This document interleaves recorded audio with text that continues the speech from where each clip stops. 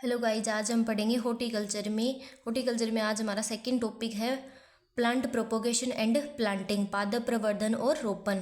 Plant propagation और planting प्रवर्धन वह जैविक व कृत्रिम विधि है जिसके माध्यम से पौधों की संख्या बढ़ाई जाती है ताकि समान व इच्छित गुणों वाले नए पौधे प्राप्त किए जा सकें। उदाहरण बीज द्वारा और पौधों के अंगों द्वारा यानी सेक्सुअली और एसेक्सुअली। प्रवर्धन के प्रकार, टाइप्स ऑफ प्रोपोगेशन। जैविक लैंगिक प्रवर्धन बीज द्वारा, बीज के माध्यम से गुणन किया जाता है जिसमें आनुवंशिक विविधता, क्रॉसिंग ओवर, पृथक्करण व पुनर्संयोजन दिखाई देता है। इसके लाभ क्या है?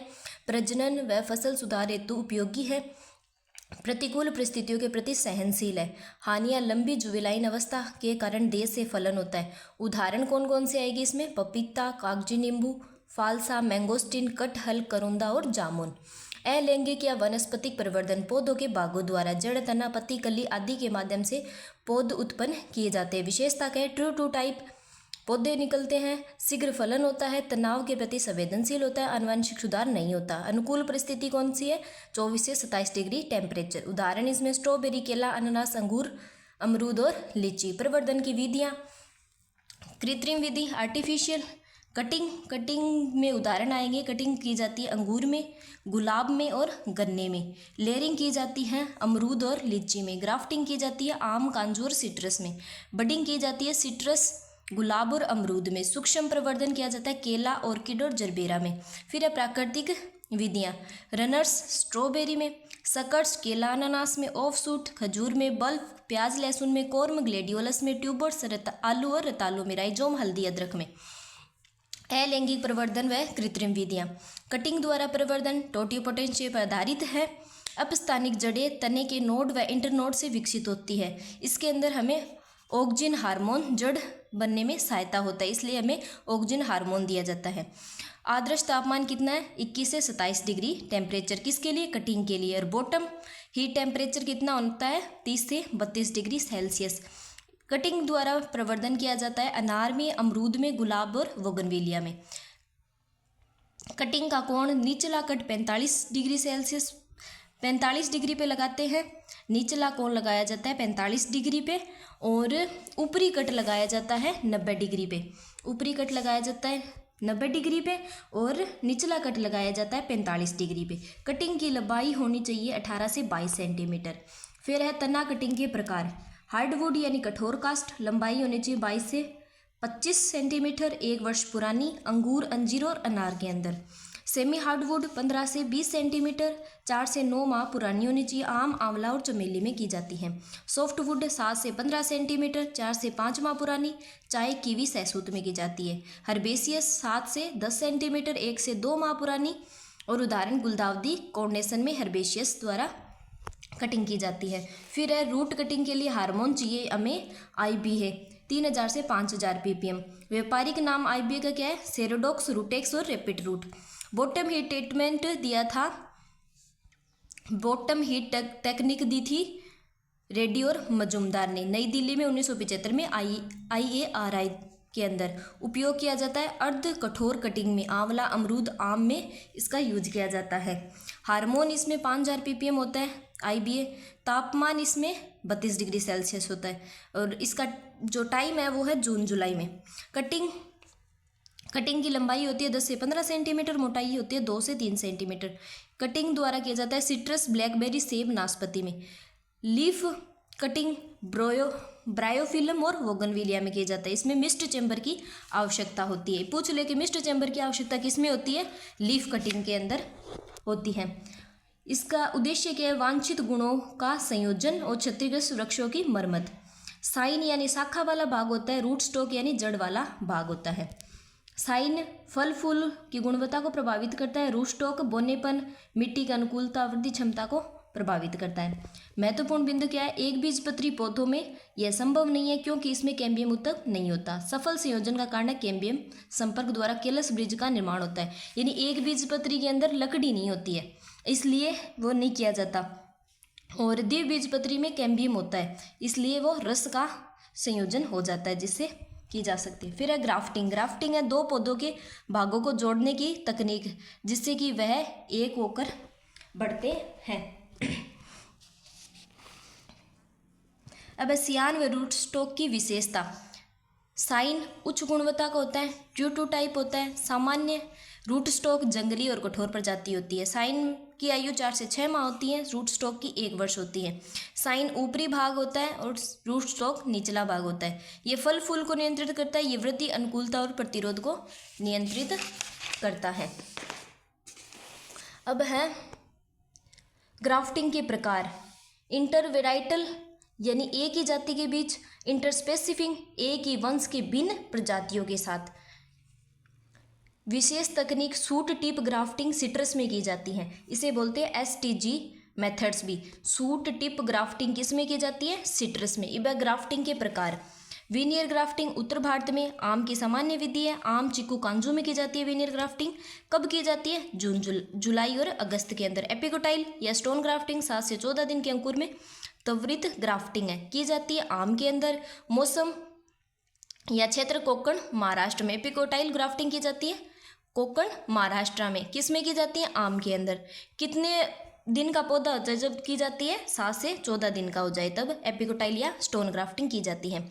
इनाल्चिंग या अप्रोच ग्राफ्टिंग सबसे पुरानी है और पौधों से जुड़े रहते हैं तब तक मिलन हो, यानी जब तक मिलन ना हो जाए जब तक पौधे उसी से जुड़े रहते हैं। इनाल्चिंग या अप्रोच ग्राफ्टिंग कहते हैं। आम, चीकू, अमरूद में की जाती है, जून जुलाई के अंदर की जाती है। सॉफ्टवुड ग्राफ्टिंग युवा शाखा भी की जाती है और शुष्क क्षेत्रों में कौन सी उपयोगी है? सॉफ्टवुड। आम, कांजू, आंवले में की जाती है, जुलाई से सितंबर के अंदर की जाती है। विप या टंग ग्राफ्टिंग तिरछा कट होता है, जीभ बनाकर मजबूत जोड़ दिया जाता है। सेब, नाशपाती, चिक्कू में की जाती है। टंग ग्राफ्टिंग किस में की जाती है? सेब के अंदर, फरवरी मार्च के अंदर। कब की जाती है? फरवरी मार्च के अंदर, सुप्तावस्था के अंदर टंग ग्राफ्टिंग सेब में की जाती है। टॉप वर्किंग कमजोर पेड़ों को श्रेष्ठ में बदलने के लिए क्या की जाती है? टॉप ग्राफ्टिंग किस में की जाती है? आम, अमरूद में। वर्षा ऋतु में ब्रिज ग्राफ्टिंग क्षतिग्रस्त तनों की मरम्मत के लिए की जाती है। सेब, आम में की जाती है, वसंत ऋतु में की जाती है। क्लेफ्ट या वेज ग्राफ्टिंग स्टॉक को चीरा देकर सियोन लगाना। अमरूद, अखरोट, सेब में की जाती है, फरवरी मार्च में की जाती है। साइड ग्राफ्टिंग बगल से सियोन लगाना। कांजू, सिट्रस में की जाती है, आर्द्र क्षेत्र में की जाती है। क्राउन ग्राफ्टिंग शीर्ष भाग के चारों ओर अनेक सियोन होते हैं, आम और सेब में की जाती है, बसंत ऋतु में करते हैं। सैंडल ग्राफ्टिंग वी शेप का इंटरनोट होता है, सेब और नाशपाती में की जाती है, सर्दी में की जाती है। रिज ग्राफ्टिंग अखरोट के लिए की जाती है, अखरोट और पेकेन में समशीतोष्ण क्षेत्रों के अंदर। अब क्या है महत्वपूर्ण टिप्पणियाँ क्या है? साइन इफेक्ट क्या होता है? सियोन का रूट स्टॉक पर प्रभाव, जैसे फल का आकार, गुणवत्ता, ये तो है साइन इफेक्ट, सियोन का रूट स्टॉक पर प्रभाव। फिर है स्टॉक इफेक्ट यानी root stock effect, root stock का सियोन पर प्रभाव, वृद्धि, बोना, ये हो गया रूट स्टॉक का इफेक्ट।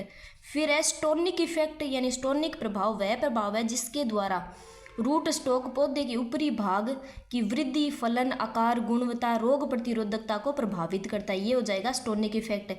फिर है वो टॉप वर्किंग व विज ग्राफ्टिंग, नए पौधे हेतु नई बल्कि वृक्ष पुनरुत्थान व मरम्मत हेतु की जाती है टॉप वर्किंग या विज ग्राफ्टिंग। टॉप वर्किंग और ब्रिज ग्राफ्टिंग किसके लिए की जाती है? जो पुराने पौधे हो गए हैं उनके लिए की जाती है।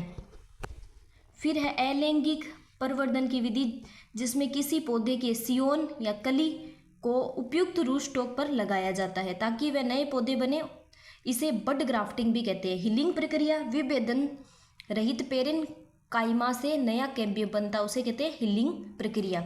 डी डिफरेंशिएशन, द्वितीयक जाइलम व फ्लोएम वापस कैम्बियम में परिवर्तित हो जाते हैं 36 से 48 दिन में। बड यूनियन अनुकूल दशाओं में 6-7 सप्ताह में होता है बड यूनियन। कैलस निर्माण 2 से 3 सप्ताह बाद प्रारंभ हो जाता है कैलस निर्माण। सर्वश्रेष्ठ समय कौन सा है? बसंत व मानसून। फिर है सिद्धांत, एक कली रूट स्टॉक में डाली जाती है, सफलता कैम्बियम संपर्क और रस प्रवाह पर निर्भर करती है, यानी कैम्बियम में रस प्रवाह हो जाएगा तो वो दोनों जुड़ जाएंगे, नहीं होगा तो सफल नहीं होगी। कली का प्रकार क्या है? अक्षीय और सुप्त। तापमान 20 से 30 डिग्री सेल्सियस, मध्यम से अधिक। पॉलीथीन सीट 100 माइक्रोन मोटाई, कसकर बांधा जाता है। फिर है बडिंग के प्रकार।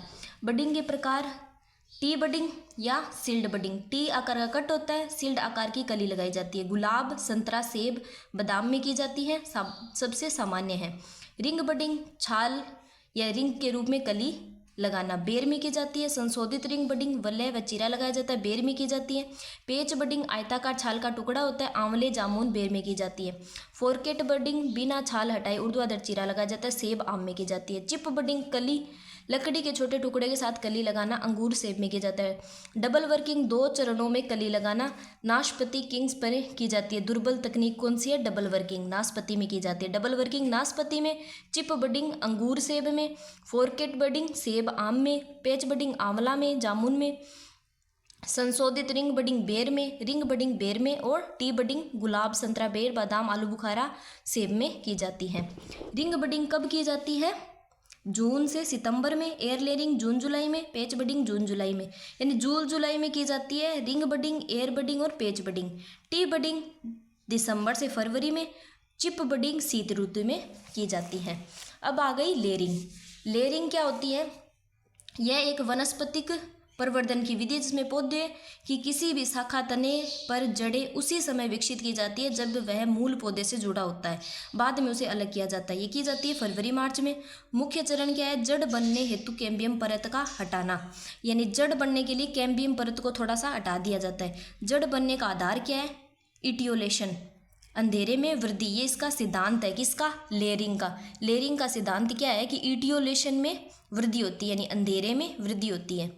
इटियोलेशन मीनिंग पौधों के भागों को अंधेरी या मिट्टी के नीचे बढ़ाना ताकि जड़ निर्माण हो सके। इसके लिए स्पोग्नम घास या नम वायुरहित माध्यम चाहिए। लेयरिंग के प्रकार कौन से हैं? सरल लेयरिंग, 1 वर्ष पुरानी शाखा को मोड़कर आंशिक रूप से मिट्टी में दबाया जाता है। अमरूद सिट्रस में की जाती है सरल लेयरिंग। स्पेटाइन, लंबी लिचीली शाखा को बार बार मिट्टी में दबाया जाता है और निकाला जाता है, कई पौधे बनते हैं। ये की जाती है अंगूर में। टिप लेयरिंग की जाती है ब्लैकबेरी और रास्पबेरी में। ट्रेंच लेयरिंग की जाती है, शाखाओं को खाई में लेटाकर ढक दिया जाता है ताकि जड़ें बने। सेब नाशपाती में की जाती है, सेब नाशपाती बेर और चेरी में की जाती है trench grafting. Trench layering, trench layering. Mount layering अमरूद में की जाती है और अमरूद में की जाती है। मात्र पौधे को काटने के बाद नई शाखाओं के चारों ओर मिट्टी चढ़ाई जाती है, जड़ें नीचे बनती है। ऊंचाई कितनी होती है? 15 से 30 सेंटीमीटर माउंट लेयरिंग के अंदर। आम सेब में की जाती है। एयर लेयरिंग गुट्टी, मार्कोटेज या चाइन ग्राफ्टिंग, चाइनीज ग्राफ्टिंग। तने को गडल कर हार्मोन लगाया जाता है, नम मोस से बांध दिया जाता है जड़ें जब तक जड़ें न बने। सर्वश्रेष्ठ समय कौन सा है एयर लेयरिंग के लिए? जून जुलाई। लीची में, अमरूद में, अनार में, चिक्कू, सिट्रस में एयर लेयरिंग की जाती है। अब है उत्तक संवर्धन। उत्तक संवर्धन एक एसेप्टिक व उन्नत प्रवर्धन की विधि है जिसमें पौधे को छोटे भाग को नियंत्रित परिस्थितियों में पोषक माध्य पर उगाया जाता है। सिद्धांत क्या है? टोटियोपोटेंसी, किसी एकल कोशिका की क्षमता जिसमें वह पूर्ण पौधा विकसित कर सकता है। एक्सप्लांट पत्ती हो सकता है, तना हो सकता है, जड़ हो सकता है, भ्रूण हो सकता है, परागकोश हो सकता है और मेरिस्टेम हो सकता है। एक्सप्लांट के रूप में हम किसी को भी काम ले सकते हैं, जैसे ये इसी को ले सकते हैं, एंथर को, मेरिस्टेम को, तने को, पत्ती को, जड़ को, भ्रूण को। केलस क्या है? संवर्धन माध्यम पर विकसित अविभेदित कोशिकाओं का समूह, यानी वह समूह जब वह कोशिका विभेदित ना हो वो हो गया केलस। माध्यम क्या है? एमएस माध्यम, ऑक्जिन, आईए, आईबीए, एनए जड़ निर्माण करती है, साइटोकाइनिन प्रवाह का निर्माण करती है, यानी तने का निर्माण करते हैं। उत्तक संवर्धन के प्रकार मेरिस्टम संवर्धन, वायरस मुक्त पौधे तैयार होते हैं जैसे केला, आलू, गन्ने में। परागकोश सूक्ष्म बीजाणु संवर्धन यानी एंथर का संवर्धन किया जाता है, इसमें हेप्लॉइड पौधे प्राप्त होते हैं। भ्रूण बचाव आम और सिट्रस में किया जाता है। सोमेटिक हाइब्रिडाइजेशन, प्रोटोप्लास्ट सलेन, आलू टमाटर से पोमेटो बनाया। कृत्रिम बीज, सोमेटिक भ्रूण को जेल में लपेटकर बड़े पैमाने पर प्रयोग किया जाता है, जैसे केला, खजूर, स्ट्रॉबेरी में कृत्रिम बीज के माध्यम से संवर्धन किया गया था। फिर है प्राकृतिक वनस्पतिक प्रवर्धन, बिना बीजों के पौधे के संशोधित तने, जड़, अन्य भागों द्वारा स्वतः वृद्धि होती है। तने द्वारा रूपांतरण राइजोम, तने का रूपांतरण कौन कौन है? राइजोम।